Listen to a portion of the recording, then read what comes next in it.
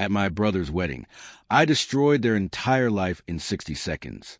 My father screamed. My mother begged. And I held the evidence that would destroy them in my hands. But the real nightmare began after that. I knew something was off the second my phone rang. It was my father. He never called unless it was something unpleasant, and his number lighting up my screen felt like seeing a snake slither across your path. I answered anyway. Dumb curiosity. Jonas. He barked, like he was summoning a servant, not calling a son. You need to come home. Roman's wedding is in 3 weeks. Roman, the golden boy, the king of the family, the one they practically anointed at birth, while I was left to rot in the shadows. My gut twisted, but I kept my voice neutral. That's sudden. Family comes first, he said sharply. You will be there. There it was. No question. No asking if I had a life or a job or my own plans. Just command. If you don't show up, he added, voice dropping into a hiss, we're cutting off your tuition payments.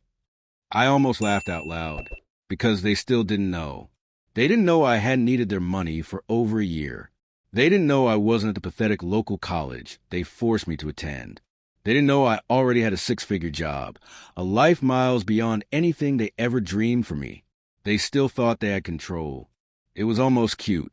3 years earlier, they killed whatever love I had left for them long before that phone call. Roman was born perfect. Round cheeks, thick hair, baby blue eyes that made everyone cool like he was royalty reborn. Me?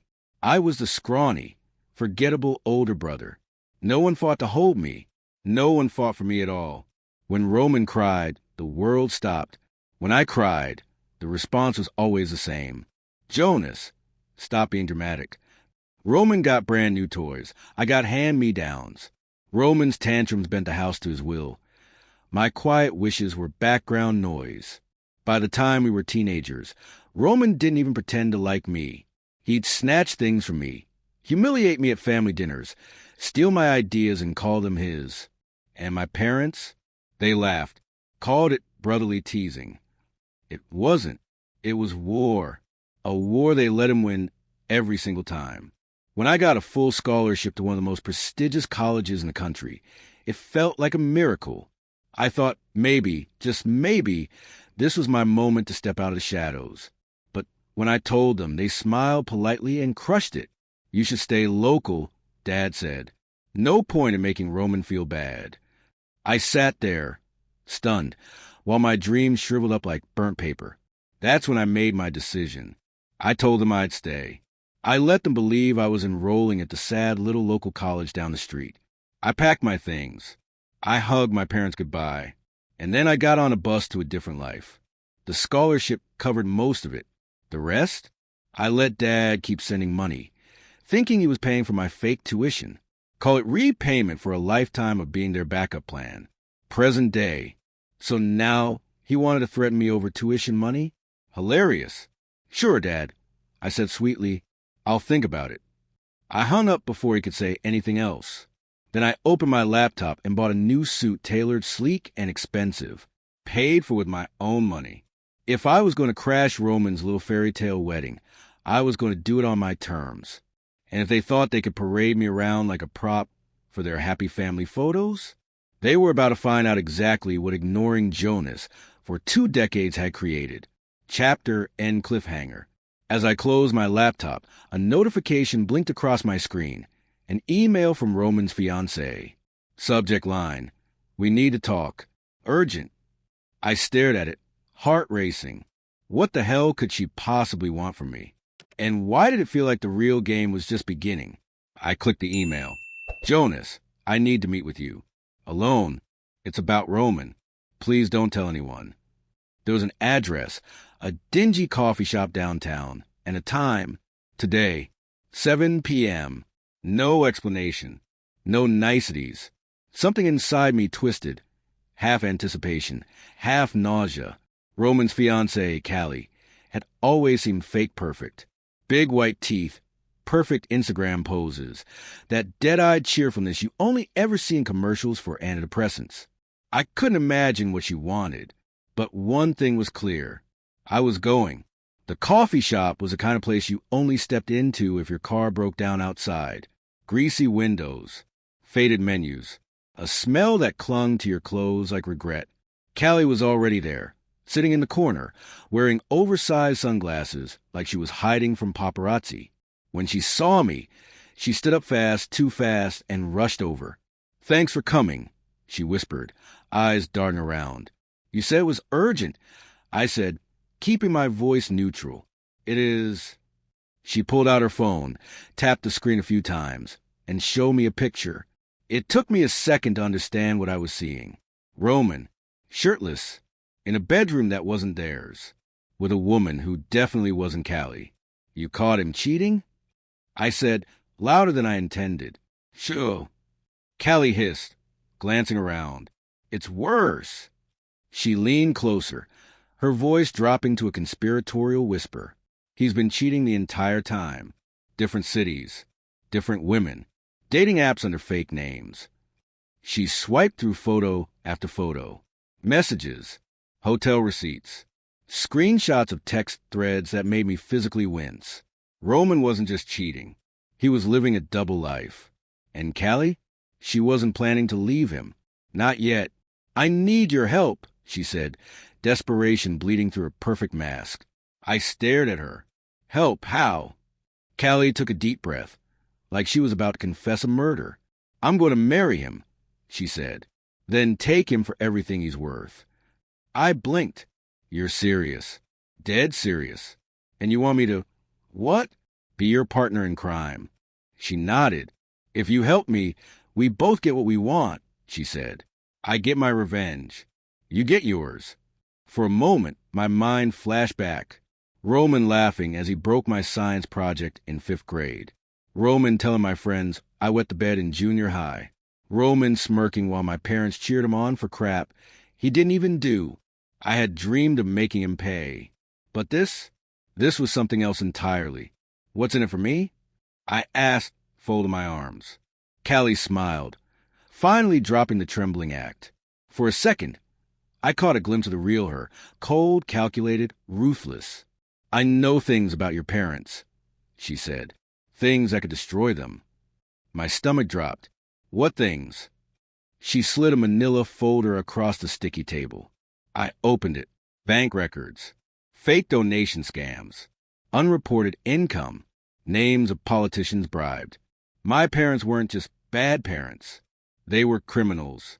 And if this ever got out, Roman's wedding wouldn't just crash and burn. It would nuke their entire lives. I closed the folder carefully, my mind racing. If I went along with Callie's plan, I could finally crush the people who treated me like a footnote.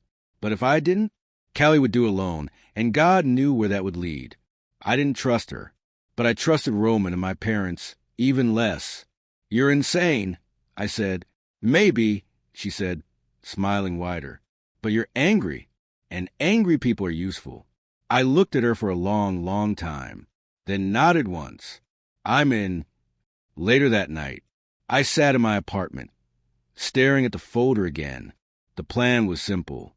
I would keep playing the loyal son, attending the wedding, smiling for pictures. Meanwhile, Callie would gather more dirt, texts, receipts, evidence. After the wedding, when Roman thought he had everything locked down, boom, divorce papers, alimony claims, police investigations into family finances. Roman would lose everything. My parents would lose everything. The entire perfect little empire they built on my humiliation would crumble into dust. And for the first time in my life, I wasn't just surviving their neglect. I was orchestrating their downfall. Chapter and cliffhanger. As I turned off the lights and got ready for bed, my phone buzzed again. New message from an unknown number. "Be careful. They're watching you." I froze, because I knew without a doubt. It wasn't Callie, and it wasn't Roman. I didn't sleep that night. Not because of the plan. Not because of the risk. Because of that message. "Be careful. They're watching you." It looped in my head like a siren I couldn't turn off. Who the hell was watching me? And worse, who the hell cared enough to warn me? By morning, the paranoia had dug claws into my brain. I double-checked the locks. took different streets to work, watched every reflection in every window for signs of someone trailing me. Nothing. No one. Which somehow made it even worse. 3 days later, the rehearsal dinner was set. The perfect trap. Roman would be surrounded. The photographers. The guests. The smiles stretched so tight they might snap. It was exactly the kind of night where secrets fester. And the perfect time for Callie to gather the final proof she needed. I dressed carefully. Dark suit. Neutral expression. Nothing that screamed, "Pay attention to me." When I arrived, the place was already buzzing, like a hive seconds before someone sticks their hand inside. Roman spotted me immediately. Grinned that greasy, fake grin he always wore when he thought he was winning. "Hey, little bro," he boomed, clapping me so hard on the back I stumbled. "Didn't think you'd actually show." "Wouldn't miss it for the world," I said, forcing a tight smile. The lie slid out smooth. I was getting good at this. For the first hour, I played my part, nodded through boring conversations, sipped flat champagne, pretended to laugh at Roman's bad jokes, all while watching, waiting. Then I saw her, Callie, slipping out the side door, phone in hand. This was it, the final move. I gave a minute, then followed. The hallway outside the ballroom was dim and deserted. I caught up just as Callie ducked into a side room, some kind of office. She didn't see me. Or maybe she did. Either way, she didn't act surprised when I slipped inside and closed the door behind me. "You get it?" I whispered. She didn't answer. Instead, she leaned casually against the desk, crossing her arms. "You really thought it was going to be that easy, huh?" she said. My stomach twisted. "What are you talking about?" She smiled, a slow, mean thing. "You think you're the only one playing a long game?" Before I could react, the door behind me slammed open. Roman stood there, grinning, holding up his phone. "I got it all," he said. And then it hit me. I was the one being set up. Roman wasn't clueless. Callie wasn't using him. They were working together. The whole damn time. "You really thought you could screw us over?" Roman sneered, stepping closer. "After everything our family did for you?" I laughed, bitter and sharp. "Everything you did? You mean ignoring me? Beating me down? Treating me like trash?" Roman's face darkened. "You were always the weak one," he said. "Still are." Callie chimed in, her voice dripping fake sweetness. "Poor Jonas. Thought he finally mattered. They thought they had me cornered. They thought I was checkmated. They thought wrong." "You're right," I said, raising my hands in mock surrender. "I'm weak." Roman smirked. "But you know what else?" I added, stepping closer until I could smell the cheap cologne clouding around him. "I'm smarter." Before they could react, I pulled out my own phone, started playing a recording. Their voices, clear as crystal. Everything they just said, their confession, their plan, their trap, caught on tape. Roman's smile faltered. Callie's face drained of color. "You think I'd walk into this blind?" I said, voice low and cold. "You think after surviving you two my whole life, I wouldn't expect betrayal?" Their shock was delicious. I pocketed my phone. "Try anything," I said, "and this recording goes public." Roman looked like he was about to explode. Callie looked like she might cry. Good. They deserved it. I turned to leave, heart hammering. But just before I opened the door, I paused. "You're right about one thing, Roman," I said without turning around. "I'm not family." And I walked out. Later that night, I didn't go back to the dinner. I didn't answer the dozen calls from Roman or the 100 texts from Callie. I sat alone in my apartment, lights off, the city humming outside like a beast breathing in its sleep. And I smiled, not because I won, not because they lost, but because for the first time in my entire life, I wasn't afraid of them anymore. Chapter and cliffhanger. Then, just after midnight, another message blinked onto my phone. No sender, no subject, just 2 words, "Not over." The text rattled in my brain all night. Not over. I should have been scared. I should have packed a bag and vanished. Instead, I smiled, because finally, they were scared of me. By morning, I had a plan. No more running. No more hiding. It was time to end this. Properly. First move? The wedding. It was still set for Saturday.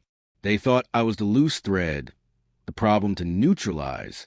They had no idea I was already stitching together the bomb that would rip their little fantasy to shreds.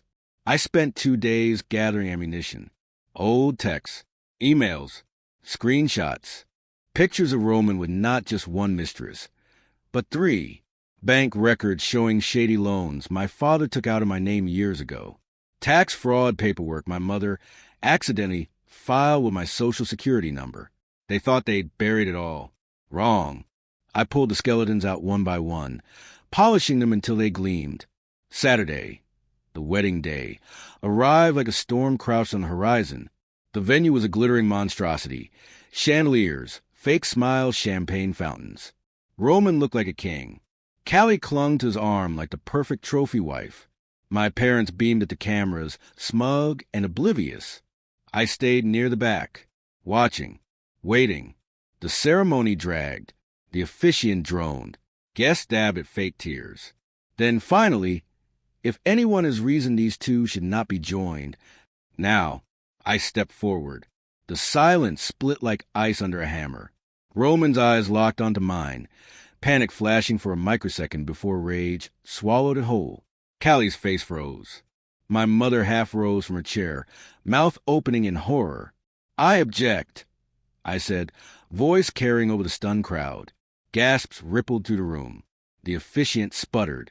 Roman lurched forward, eyes wild. You son of a... I ignored him, pulled out my phone, and started playing the recordings. Roman's voice. She doesn't mean anything. None of them do.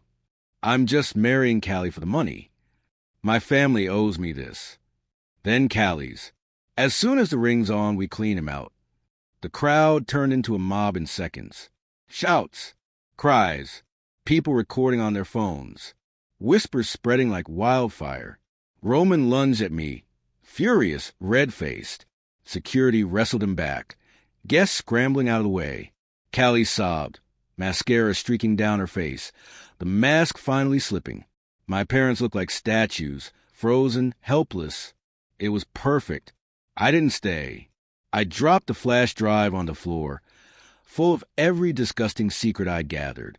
Let the vultures pick it clean. Let them finally see the family for what it was. Rotten, corrupt, broken.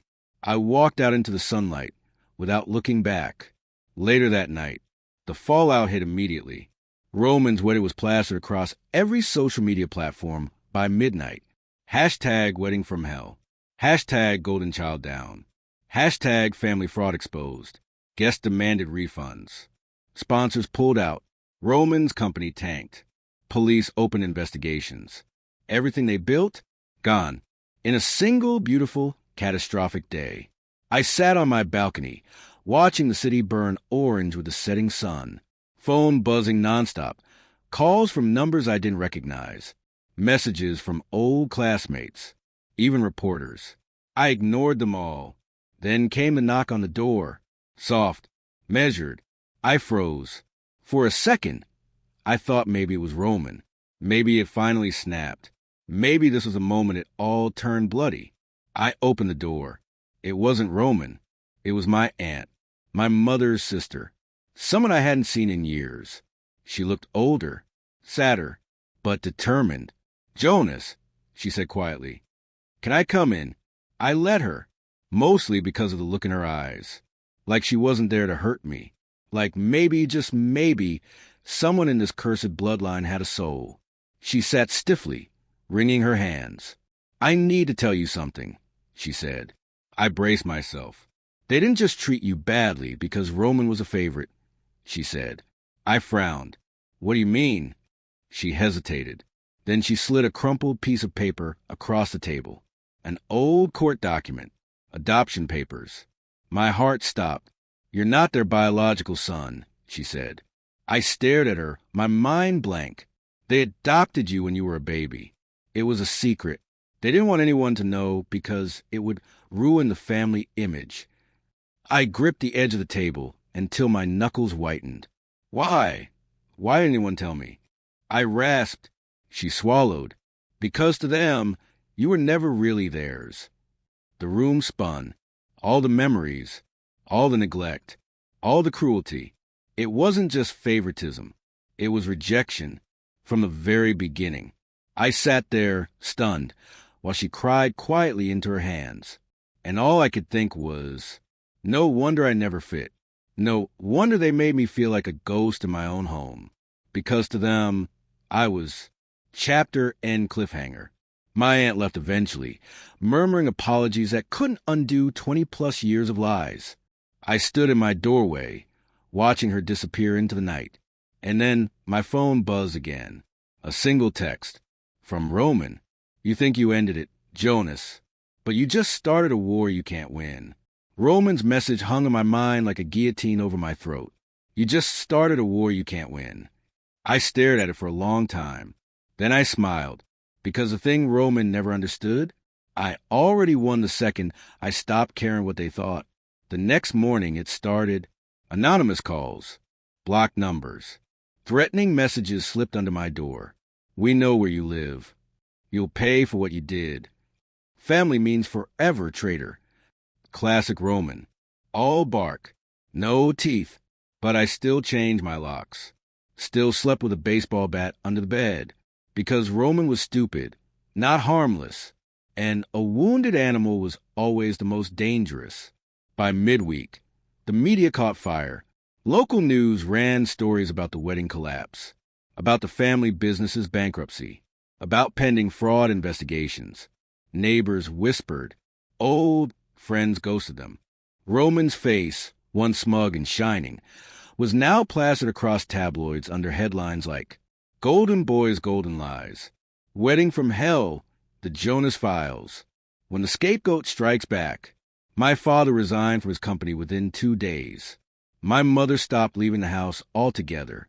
Roman went nuclear. I got another text Thursday night. Not from him this time.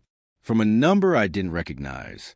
Meet me, 1 hour, Riverside Park. Alone. Attached, a photo of me, taken that morning, stepping out of my building. Chills prickled down my spine. This wasn't Roman. This was something worse. Someone serious. I went anyway. Because sometimes, when you've destroyed everything that tried to destroy you, the only thing left is to face the fire head on. Riverside Park at night was a black pit. The lamps barely worked. The river was a slow, oily snake under the moon. I walked to the bench in the center of the clearing and waited. 5 minutes passed. Then 10. Nothing. Just when I thought maybe it was a bluff. He stepped out of the shadows. Roman. But not the Roman I remembered. Not the arrogant golden boy. Not the bully. This Roman was thin. Eyes sunken. Clothes hanging loose. Rage etched into every line of his face. He looked like a ghost.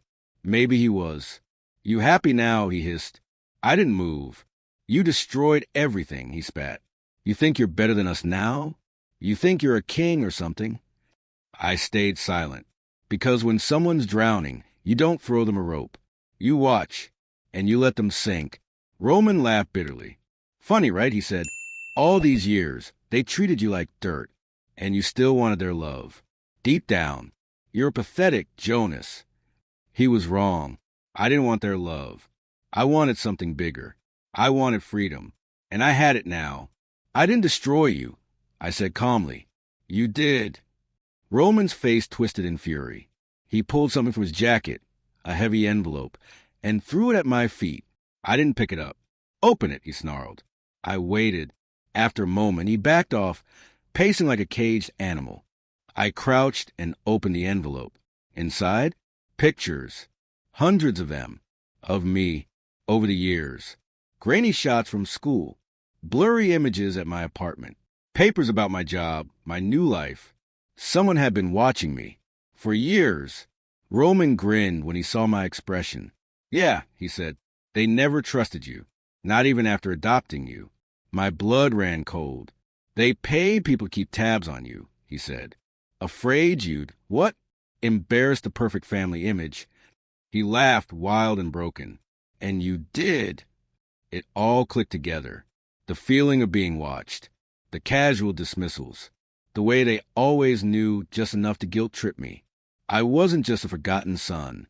I was a controlled asset, their insurance policy, their backup excuse, their scapegoat when Roman inevitably failed.